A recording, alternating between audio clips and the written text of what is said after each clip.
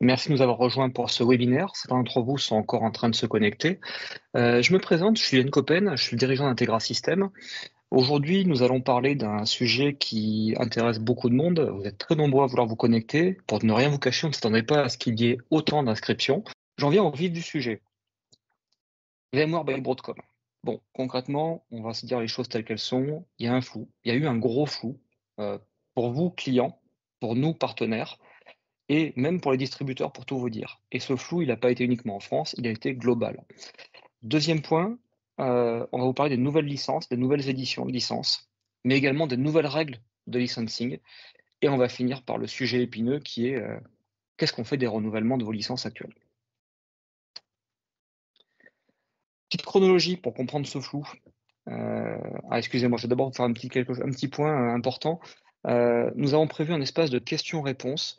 Les questions-réponses, nous les traiterons toutes à la fin. N'hésitez pas à les poser au fur et à mesure. Nous les traiterons à la fin. Toutes les questions qui sont, je dirais, d'ordre général, nous répondrons à la fin de la séance.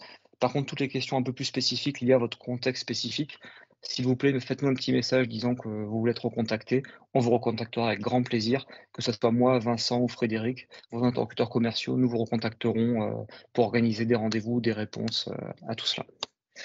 Excusez-moi, je reviens sur le flou par VMware, je reviens sur l'historique. Qu'est-ce qui s'est passé? Concrètement, depuis à peu près le mois de juin de l'année dernière, juin 2023, nous savons tous que Dell va céder VMware. Cependant, la session, il n'y avait pas de date, pas de précision. Qu'est-ce qui s'est passé? Le 1er novembre 2023, le support standard s'est du jour au lendemain arrêté. À peu près 50% des clients étaient en support standard, d'autres en support production. Désormais, c'est plus simple, il n'y avait depuis le 1er novembre 2023 que du support production. Étape suivante, le 22 novembre 2023, l'officialisation du rachat de VMware par Broadcom. Dans la foulée, 10 jours plus tard, la fin des renouvellements pluriannuels. C'est-à-dire qu'avant, vous pouvez renouveler 1 an, 3 ans ou 5 ans. Quand vous faisiez 3 ans ou 5 ans, vous avez des remises sur le pluriannuel. Fin des remises. Renouvellement 1 an maximum sur les licences perpétuelles existantes. Premier coup de massue. Deuxième point, 31 décembre 2023, qui est important pour nous, quand je dis deuxième point de fin important, c'est la fin du programme partenaire. C'est-à-dire concrètement, on a eu un joli cadeau de Noël, nous intégrateurs, nous partenaires, disant, bah, écoutez, tous vos droits, toutes vos certifications, tout s'arrête au 31 décembre 2023. Joyeux Noël. Derrière le petit flou qui suit, 8 janvier 2024, date très importante, fin de tous les contrats OEM. Qu'est-ce que ça veut dire? Les OEM, c'est quand vous achetez les licences chez les constructeurs. Cela veut dire que vous pouviez acheter des licences VMware avec des serveurs, par exemple, chez Dell, chez HP, chez Lenovo, chez Huawei, chez Xfusion, chez Inspur, chez Kaitus, un petit peu chez tout le monde. Tous ces contrats se sont arrêtés du jour au lendemain. Ça veut dire quoi? Ça veut dire que les constructeurs ne sont plus habilités à vous vendre des licences SFR, parce que là, c'est évident, mais également, c'est une rupture immédiate, dès le 8 janvier, de tous les contrats de maintenance que vous aviez de ce côté-là. C'est-à-dire qu'aujourd'hui, la réassurance que vous aviez n'était pas en direct chez VMware, elle était à travers un constructeur. Donc concrètement, cela revient à dire que vous n'avez plus de contrat de support VMware, mis à part des mises à jour. Vous n'avez que les mises à jour, vous n'avez plus le support. 4 février 2024, le jour qu'on attendait tous, est arrivé le nouveau programme partenaire, le nouveau licensing et règles de calcul, et la fin des licences perpétuelles. Ça a été un petit peu la surprise. Fin des licences perpétuelles, et donc uniquement des licences en souscription désormais. Prochaine étape, le 31 mai 2024, nous aurons la bascule vers la plateforme Broadcom. Alors, on a espoir que d'ici la fin de l'année 2024, il y ait des évolutions dans le programme, mais aujourd'hui, les règles du jeu sont fixées par Broadcom et il n'y aura a priori aucune révision avant le mois de septembre, voire au 31 décembre 2024. Les nouveautés, je viens d'en parler. La première, c'est la souscription. La souscription pour tous. Désormais, fini les licences perpétuelles. Toutes les licences passent uniquement en souscription. 1 an, 3 ans ou 5 ans. Deuxième principe, les règles. Les règles, on va en parler un petit peu après. Nous allons voir aussi les éditions. Aujourd'hui, toutes les licences VSphere sont regroupées autour de 3 éditions. Et nous verrons ensuite des scénarios d'évolution et on reparlera des renouvellements à la fin avant d'attaquer les questions-réponses tous ensemble. Quelles sont les 3 nouvelles éditions? Elles sont regroupées en 3 parties. La première, virtualisation serveur. La deuxième, data center optimisation. Et la troisième, hybrid cloud platform. Alors attention, c'est maintenant qu'on commence à s'accrocher à sa chaise, à poser son café ou à le finir au contraire. Il faut être bien réveillé. Au début, c'est facile. Le VSphere Essentiel Plus, le VSphere standard. très bien, ça existe toujours. C'est la première bonne nouvelle. Il y a aussi des bonnes nouvelles, il n'y a pas que des mauvaises nouvelles aujourd'hui. La première bonne nouvelle. La mauvaise nouvelle, c'est qu'on va changer de nom. Maintenant, on va appeler ça VVEP et VVS. C'est là qu'on commence à rigoler. On va encore appeler CSL+, VSR standard pendant quelques mois. Vous inquiétez pas, on va pas changer de nom de notre côté. On va continuer à vous appeler ça indifféremment. Deuxième partie, VSphere Foundation. Ça, c'est nouveau. VSphere Foundation, pour faire une petite parenthèse, ça correspond au premier niveau équivalent à Enterprise Plus que vous avez connu par le passé. Troisième partie, VMware Cloud Foundation. Cloud Foundation, c'est VCF. C'est ce qui correspond aux offres qui s'appelaient avant vCloud. Pas beaucoup de clients dans la région ont du vCloud, mais il y en a néanmoins. Autre changement, j'en profite, c'est que désormais dans ces offres, vous avez des modules additionnels, ce que l'on peut voir en noir en bas de l'écran. Vous voyez donc que sur la partie VVEP et VVS, vous avez 3 modules additionnels. Sur la partie vSphere Foundation, VVF, vous en avez 14. Et sur la partie VCF, Cloud Foundation, anciennement vCloud, vous en avez 21 modules additionnels. Donc on voit que l'offre s'enrichit, mais également, excusez-moi de le dire comme ça, mais se complexifie un petit peu. On va aller dans le détail désormais. Commençons par la partie la plus simple, la partie virtualisation de serveur, la partie historiquement Essential Plus et vSphere Standard. Alors, le principe est simple. Le principe pour Essential Plus reste assez similaire à celui d'avant, à savoir qu'on peut avoir 3 hôtes maximum, 3 hôtes biprocesseurs, dans la limite de 96 corps physiques sur vos sockets, sur vos CPU. Sauf quand je dis socket ou CPU, c'est la même chose, excusez-moi, je vais un petit peu déraper de temps en temps, mais c'est la même chose. Et cette souscription, pour la faire en 1 an, 3 ans et 5 ans. Donc pas de différence avec avant sur la partie Essential Plus, sur la partie VVEP. Par contre, maintenant limité à 96 cœurs. C'est-à-dire que si j'ai 3 hôtes biprocesseurs à 32 cœurs, c'est fini. C'est plus possible. Si j'ai 2 hôtes à 2 bisockets à 48 cœurs, c'est fini aussi. Donc il va falloir réfléchir à tout ça désormais. Pour la partie vSphere standard, on en vient sur la règle de calcul, celle qui vaut compter pour toutes les licences suivantes. Désormais, la règle, je ne sais pas si vous voyez mon curseur, mais je pense que oui, désormais la licensing se fait par corps et par CPU. En gros, on peut vous faire des calculs hyper savants si vous le souhaitez, mais je vais vous le faire autrement. Ça marche comme Windows Server. C'est le même principe. Sauf qu'on n'achète pas des licences comme Windows Server pour 2 corps, on achète des licences par corps. Donc si vous avez 16 corps minimum par socket, vous achetez forcément 16 licences corps par socket. Donc vous avez 2 hyperviseurs bisocket, vous achetez 4 fois 16 minimum. Vous avez 10 hyperviseurs, je pris de suite un grand chiffre, 10 hyperviseurs en standard, vous allez acheter 10 fois votre nombre de CPU fois 16 corps minimum, ou fois le nombre de corps réels que vous avez sur vos sockets, au-delà de 16 corps. Tout cela en 1 an, 3 ans et 5 ans. Précision importante, dans tous les cas, support production obligatoire désormais. Pour aller dans le détail, on commence à lire des gros mots. Les modules optionnels, ils sont les mêmes pour VVEP et pour VVS. Les modules optionnels sont Cloud Disaster Recovery, Ransomware Recovery, Recovery Manager, anciennement SRM. Concrètement, 100% de nos clients n'ont jamais utilisé ces modules. Je préfère vous en parler comme ça. Néanmoins, si vous le souhaitez, on peut toujours le faire, mais ça a un coût non négligeable. On pourra néanmoins en réfléchir. Deuxième partie, VVF, VMware vSphere Foundation. On correspond en fait au niveau qui était sur l'Enterprise Plus. C'est à partir de ce niveau de licensing uniquement que vous allez avoir le DRS et les vSwitch. Pas de niveau de licensing avant pas de niveau de fonctionnel, pardon, avant le VVF. Avant, vous êtes sur du standard. Le licensing est le même que pour le standard. C'est-à-dire que c'est par CPU, par corps, et 16 corps minimum par corps, avec du support production, et une souscription 1 an, 3 ans ou 5 ans. Petite nouveauté, désormais, vous avez de base inclus du vSAN avec une licence de 100 Go par corps. Bon, vous me direz si c'est intéressant pour votre entreprise ou pas, pour votre architecture ou pas. Autre point qui est passé sans qu'on en parle, enfin sans que personne n'en parle, ARIA. Qu'est-ce que c'est ARIA Suite Standard? ARIA, en fait, c'est typiquement le licensing qui s'appelait avant vRealize. Dans vRealize, vous avez toute la partie visibilité d'utilisation de vos VM, de vos hyperviseurs, mais également la partie opération et la partie automatisation. La partie standard correspond au minimum, c'est-à-dire que vous n'avez pas toute la partie automatisation. Et vous avez donc 14 modules optionnels que l'on va détailler maintenant. Je reprends VVF. VVF comprend donc vSphere Enterprise Plus, un vCenter standard, la première brique qui vous permet de démarrer la containerisation avec VMware qui est Tanzu, et donc la couche ESXi que nous avons vu juste avant.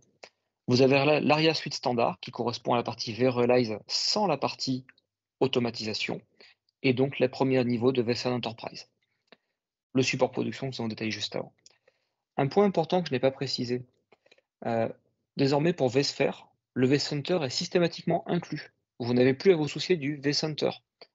On se souvient qu'il y a une dizaine d'années, il fallait acheter 2 vCenters si vous en avez 2, etc. Des vCenters pour des sites en robot, des choses comme ça. Ça n'existe plus. Désormais, le vCenter est systématiquement inclus. Donc ça fait toujours une bonne nouvelle, ça fait une licence de moins. Dans les modules additionnels, je ne vais peut-être pas tous les détailler, mais je vous refais les briques. Toute la partie containerisation avec Tanzu, donc toute cette partie-là. La partie NSX, load balancer uniquement. Si vous voulez du NSX complet, ça sera avec la version Cloud Foundation avec VCF. Et tous les modules de reprise et de vSAN qui commencent ici.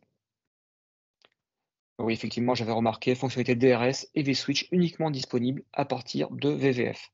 Retenez une chose, VVF, c'est vSphere Enterprise Plus, les premières couches vRealize et DRS et vSwitch, ça commence ici.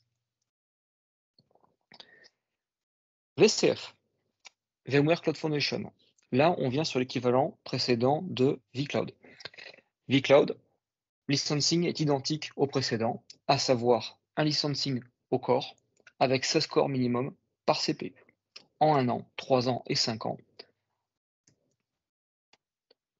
Ce licensing reprend vSphere Enterprise Plus, NSX Enterprise Plus, donc la version complète, la partie vSAN avec 1 Tera par corps cette fois-ci fourni, la partie HCX, la partie ARIA Operation et la partie ARIA Suite Enterprise, c'est-à-dire qui inclut l'automatisation. Un point important, si vous faites de la containerisation et que vous voulez faire de l'IA, celles-ci ne seront disponibles désormais que sur la partie VCF, que sur la partie VMware Cloud Foundation. Ils ne sont pas encore sortis, on nous les annonce pour cet été. Tous les modules d'IA ne seront disponibles que pour VCF. Ça peut être un problème pour certains, un avantage pour d'autres, mais il faut prendre en compte ce paramètre. Autre point important, le support est aussi en production, mais dès que vous arrivez sur VCF, vous avez en fait ce qu'on appelle un SAM, un Super Account Manager. SAM, non, c'est pas celui qui vous ramène de soirée. Hein. Là, c'est un Super Account Manager. C'est-à-dire qu'un Super Account Manager, vous aurez un responsable de votre support dédié, donc quelqu'un qui est réputé connaître votre infrastructure. Donc en fait, ce sera une équipe de 5 personnes et vous aurez une équipe qui vous connaît en permanence. Une petite synthèse, c'est le même document qu'on vous a présenté au début, mais avec un petit peu plus de visibilité. L'essentiel plus reste essentiel plus avec une limitation à 96 corps. Le standard reste du standard. Il n'y a pas de différence plus que ça, si c'est que c'est un licensing au corps désormais.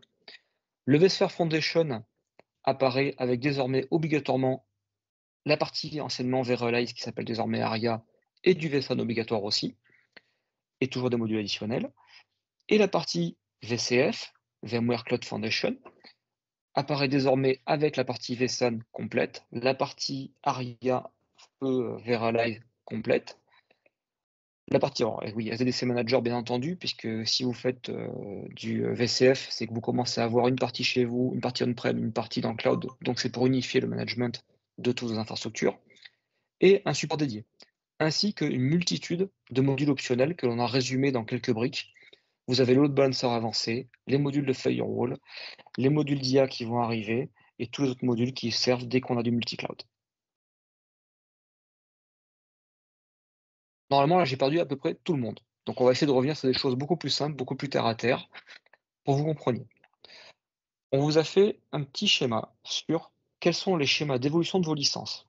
Parce que si vous n'avez pas compris, toutes vos licences que vous avez acquises aujourd'hui sont sous maintenance.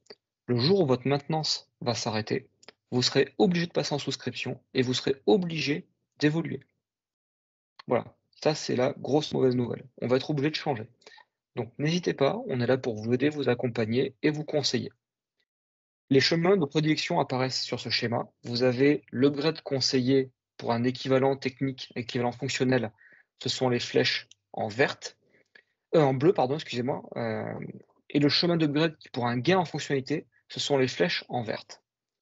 Donc pour un essentiel plus, on vous recommande naturellement d'aller vers un essentiel plus. Cependant, si vous dépassez les 96 scores, on vous conseillera d'aller en V-Sphere standard, parce que sinon ça ne marchera plus, tout simplement. Pour un V-Sphere standard, on vous conseillera d'aller vers un V-Sphere standard pour avoir le milieu fonctionnel, ou éventuellement, si vous utilisez par exemple des fonctionnalités supplémentaires, vous allez avoir besoin d'aller vers un V-Sphere Foundation. Si vous voulez le DRS en plus, il faudra aller vers du Foundation. Tout comme avant, pour du standard, il fallait aller vers un Enterprise Plus. Le chemin est le même.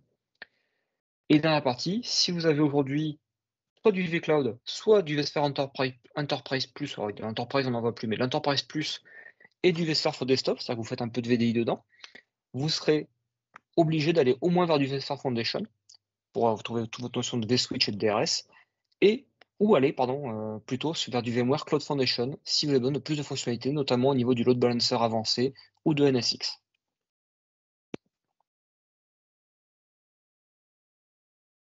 On en vient à la partie concrète. On va parler des prix, puisqu'on a parlé maintenant des scénarios de renouvellement. On a été un petit peu vite, on va prendre un peu plus de temps sur ce slide. Je vous rassure, on touche au but, après on va aller sur les questions-réponses. Rappel des règles de licensing.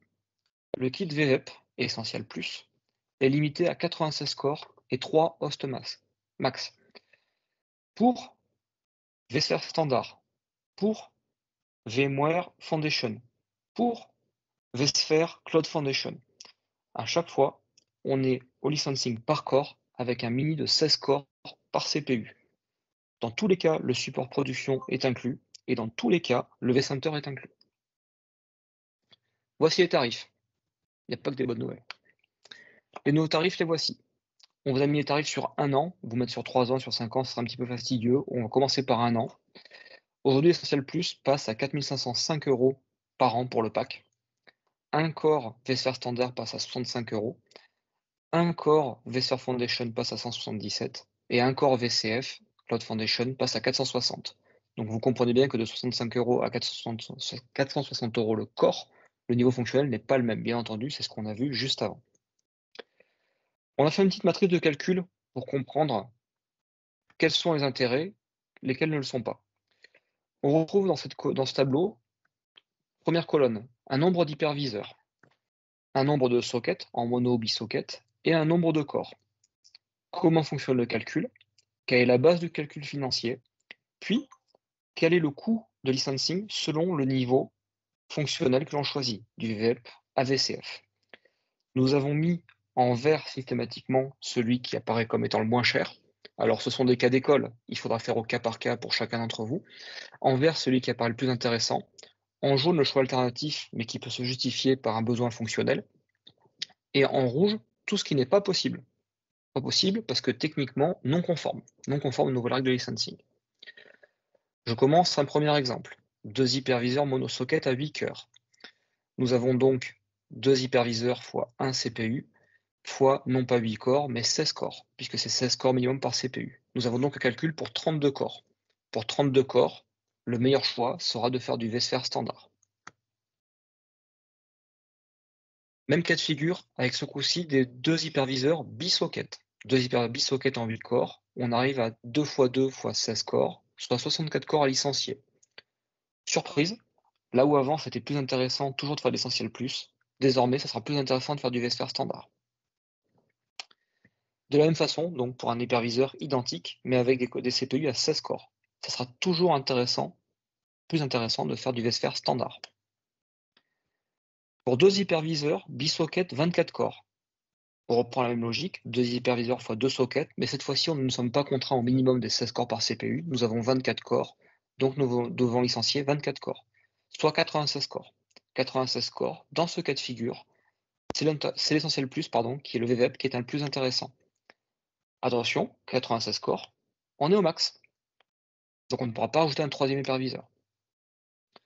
Autre scénario identique avec 32 corps. 32 corps, on le voit, on est à 128 corps au total. On ne passe pas en essentiel plus, vous serez contraint de passer en standard. Quelque chose que je n'ai pas dit, c'est que vous remarquerez tout de même au passage que le standard a un peu évolué en prix. mais l'Essential Plus est beaucoup plus cher qu'avant. Concrètement, l'Essential Plus va être très difficile à conserver à l'avenir pour vos infrastructures. C'est la première conclusion qu'on peut en tirer. Nombre d'entre vous vont devoir passer en standard. Et ceux qui étaient en Enterprise Plus, on va se poser des questions sur, compte tenu du coût financier, est-ce qu'on reste en Enterprise Plus ou est-ce qu'on passe en standard? Est-ce que le vSwitch et le DRS vous servent vraiment? Ça va être ça les sujets suivants. Troisième cas de figure, 3 hyperviseurs avec un CPU qui est bisocket, qu'il est 8, 12 ou 16 cœurs. On reste toujours dans la limite de 96 cœurs. On passe toujours en Essentiel Plus. Et comme vous avez 6 sockets à licencier, ça a toujours du sens de rester en Essentiel Plus. Pour tous les cas de figure suivants, on passe à 4 hyperviseurs. Donc, l'Essentiel Plus n'est plus éligible parce que vous dépassez les 3 autres et pas seulement les 96 cœurs.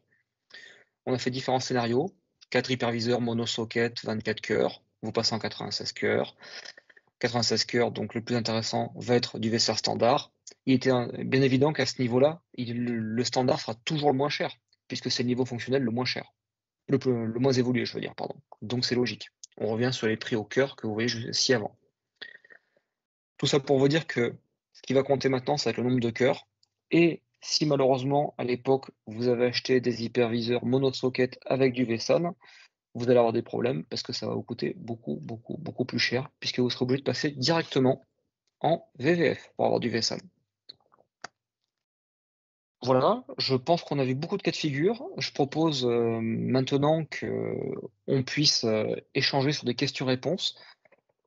Alors, la question est intéressante. Quid des installations fraîchement installées sur l'ancien licensing dans le cadre d'un marché et des changements de tarification licensing?